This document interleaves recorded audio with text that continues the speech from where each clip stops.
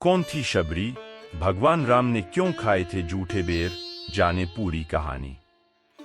रामायण में शबरी का जिक्र जरूर आता है। शबरी एक आदिवासी लड़की थी जिसे लोग अछूत मानते थे। भगवान राम एक दिन उनकी कुटिया में पहुंचे और शबरी के जूठे बेर खाए। पढ़े शबरी और राम की पूरी कहानी। शबरी का जन्म एक गरीब आदिवासी परिवार में हुआ था।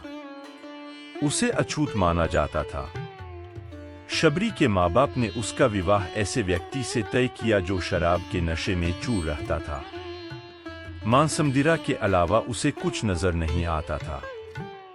शबरी ने जब रिश्ता तोड़ने की बात कही तो घर वालों ने मना कर दिया, मगर वह अपनी जिंदगी बर्बाद होते हुए नहीं देखना चाहती थी। शबरी शादी से ठीक पहले घर से भाग गई और जंगल में पहुंची। वहां जंगल में कई ऋषि मुनि तपस्या कर रहे थे। शबरी उन ऋषियों के लिए जंगल से लकड़ियां, हवन की अन्य सामग्री और खाने के लिए फल तोड़कर लाती थी। सभी ऋषि भी उसके काम से खुश थे। अचानक एक दिन ऋषि मुनियों को पता चला कि शबरी एक अछूत आदिवासी। उसके बाद सभी ऋषियों ने शबरी से किनारा कर दिया। शबरी जिस तालाब से जल लेने जाती थी, ऋषियों ने वहां से पानी लेना भी बंद कर दिया। आखिर में सिर्फ ऋषि मतंग ने ही उन्हें अपनाया और शिक्षा दी। उन्होंने शबरी को अपनी बेटी की तरह रखा।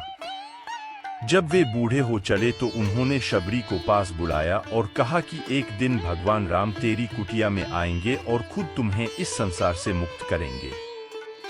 ये कहकर ऋषि मतंग चल बसे। इसके बाद शबरी अकेली अपनी कुटिया में रहने लगी। वह रोजाना बाग से फूल और बेर तोड़कर लाती। फूलों से कुटिया को सजाती और राम का इंतजार करती। वह बेर को चखकर देखती कि वे मीठे हैं या नहीं। ये सिलसिला कई सालों तक चलता रहा। समय के साथ शबरी का शरीर भी जवाब दे रहा था। वह बूढ़ी हो चुकी थी।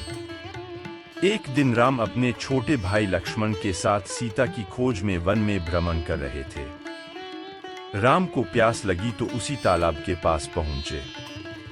कुछ ऋषियों ने राम और लक्ष्मण को सरोवर की तरफ जाते देखा तो रोक दिया। ऋषियों ने कहा कि एक अछूत नारी इस तालाब से पानी लेती है, यहाँ का जल अछूत हो गया है। इसके बाद राम ने उन ऋषियों को डांटा। उन्होंने कहा कि नारी इंसान को जन्म देती है तो वो अछूत कैसे हो सकती है? इस ब्रह्मांड की कोई नारी अछूत नहीं हो सकती। राम ने उनसे उस नारी का पता पूछा। ऋषियों ने शबरी की कुटिया का पता बता दिया। जैसे ही राम कुटिया की तरफ पहुंचे, शबरी ने उन्हें पहचान लिया। वो तेजी में आई और राम के चरणों में गिर गई। इसके बाद शबरी ने राम और लक्ष्मण दोनों की प्यार से आवभगत की। उन्हें अपने मुंह से चखे हुए बेर परोसे।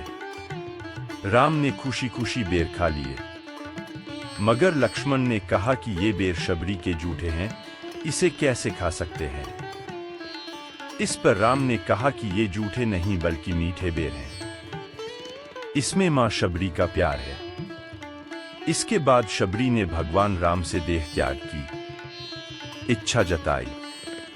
राम ने आशीर्वाद दिया और शबरी ने उनके सामने ही अपना शरीर त्याग दिया।